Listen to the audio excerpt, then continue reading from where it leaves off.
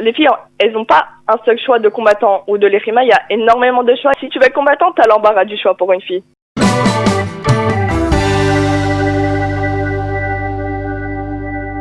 Service militaire, elle a été décorée, on va dire ça comme ça, de la Mitztayenet Anassi, c'est-à-dire la soldate d'excellence. C'est une récompense donnée par le président de l'État d'Israël. On va parler tout de suite avec Levana Biton. Je ne sais pas si elle est en ligne. Levana, bonjour. Bonjour. Alors, on vous voit à l'image avec un chien, avec votre uniforme. Vous avez un sourire magnifique. Vous êtes en plein chétard, comme on dit, sur le terrain. Vous étiez dans l'unité Caracal. Est-ce que l'obtention de cette distinction, Mitztayenet Anassi, vous a surprise et est-ce qu'elle vous a réjoui? Oui. Car au départ, comment on appelle ça? Je savais pas que ça existait du tout, être Mitztayenet Nasi. On avait plutôt l'habitude de recevoir comme distinction Mitztayenet Pluga, Mitztayenet Marlaka Okita.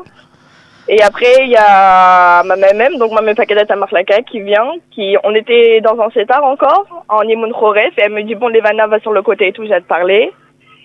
Elle me dit, bon, t'es méounienet d'être Mitztayenet Nasi et tout, tu devras parler devant une dizaine de Ksinim de Tzahal. Et quelques semaines après, j'ai reçu la réponse comme quoi j'étais oui, Mitztayenet Nasi. Donc oui, j'étais surprise.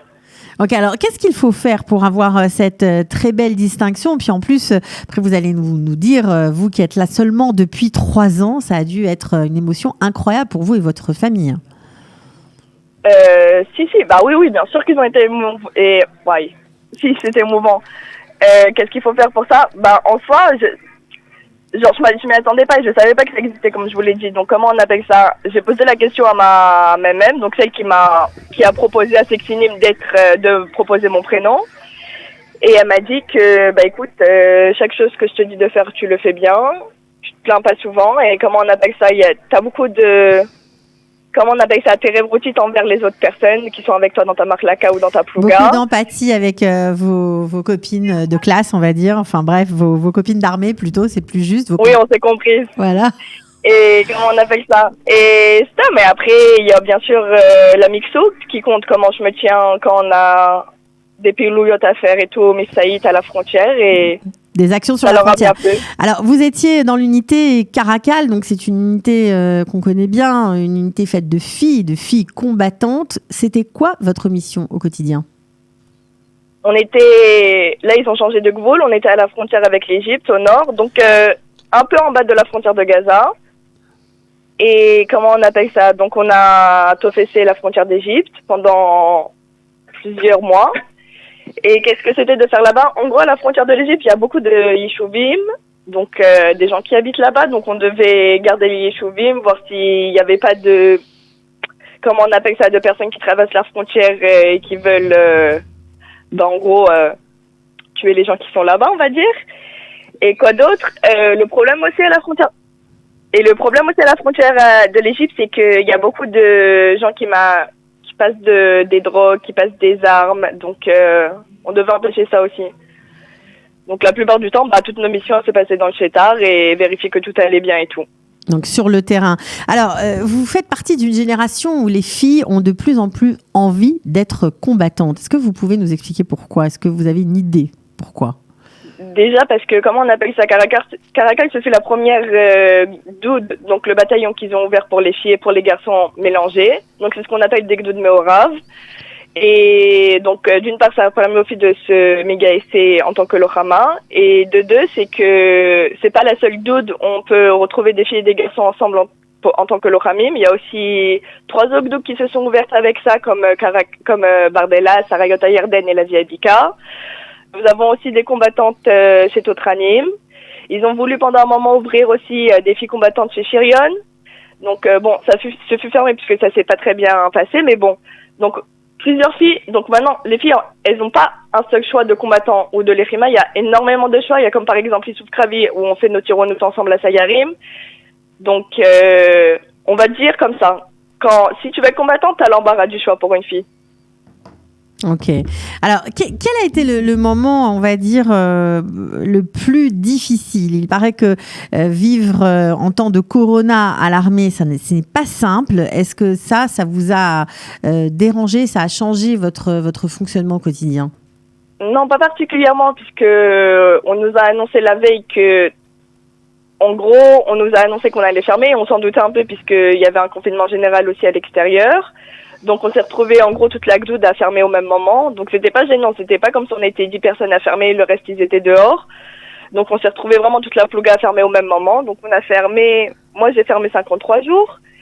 Donc, c'était pas fermer 53 jours qu'avec quelques personnes. C'était vraiment toute la plouga. Donc, on n'a pas vraiment senti ça. Et Alors, puis, on a reçu de l'aide de l'extérieur. Fermer 53 jours, c'est un langage militaire. Tout le monde ne comprend pas. Vous pouvez expliquer?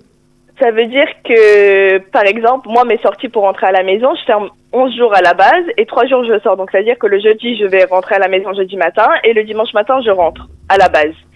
Fermer 53 jours, ça veut dire, donc, en gros, ne pas rentrer à la maison pendant 53 jours et juste après 53 jours, je suis rentrée à la maison. Pas facile. Au début, non, mais après, on s'habitue et puis, on a préféré être en gros, nous, quand on était à la base, c'était, on continuait nos missions Keragil, comme on dit. Alors que dehors, ils étaient enfermés à la maison. Genre, en gros, j'ai bien aimé être à la base plutôt que d'être à la maison. Je vous le dis franchement. Ouais, parce que vous étiez plus active. Exact, et on n'a pas vraiment senti en soi le confinement. Donc, vous avez reçu cette médaille il y a quelques jours, à peine. Hier.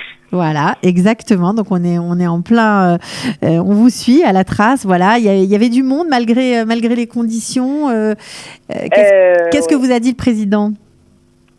En gros, on n'a pas pu parler avec lui et tout. On avait reçu comme ordre de ne pas l'approcher à cause de son âge et que c'était dangereux pour lui.